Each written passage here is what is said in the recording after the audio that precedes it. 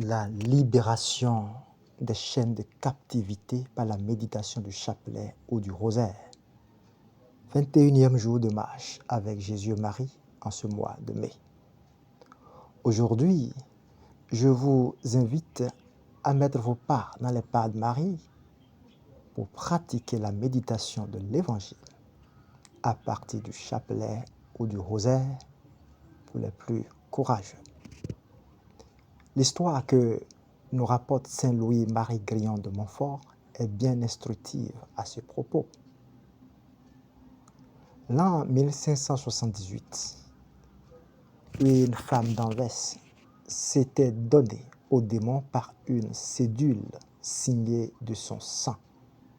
C'est-à-dire qu'elle a fait un pacte avec le démon par un texte écrit et signé de son sang.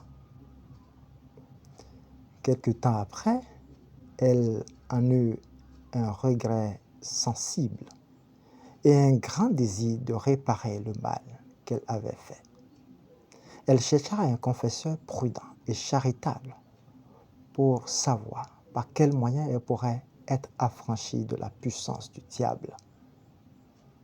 Elle trouva un prêtre sage et dévot qui lui conseilla d'aller trouver le père Henri, directeur de la confrérie du Saint-Rosaire du couvent de Saint-Dominique, pour entrer dans ce mouvement de rosaire et se confesser.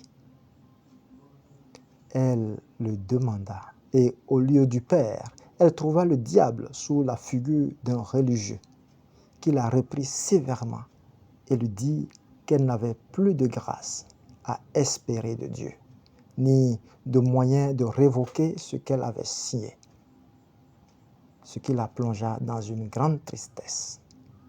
Mais elle ne perdit pas toute espérance en la miséricorde de Dieu. Elle retourna encore chercher le Père et elle trouva encore le diable, qui la repoussa comme la première fois. Elle retourna pour la troisième fois et elle trouva, par la permission divine, le Père Henri qu'elle cherchait, qui la reçut charitablement, l'exhorta à se confier en la bonté de Dieu et à faire une bonne confession. Il la reçut dans la confrérie et lui ordonna de réciter souvent le rosaire.